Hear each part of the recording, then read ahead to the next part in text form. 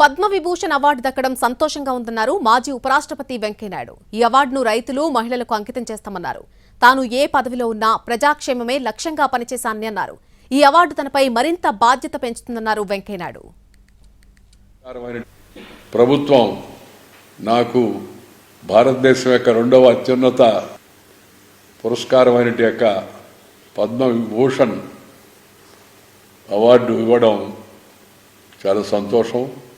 దీన్ని వినమ్రంగా నేను స్వీకరిస్తూ ఉన్నాను. ఈ అవార్డును రైతులు, మహిళలు, యువతకు నేను దీన్ని అంకితం చేస్తూ ఉన్నాను. జీవితంలో ఏ స్థాయిలో, ఏ పదవిలో, ఏ బాధ్యతలో ఉన్నా శాసనసభ్యుడిగా, పార్లమెంటు సభ్యుడిగా, పార్టీ రాష్ట్ర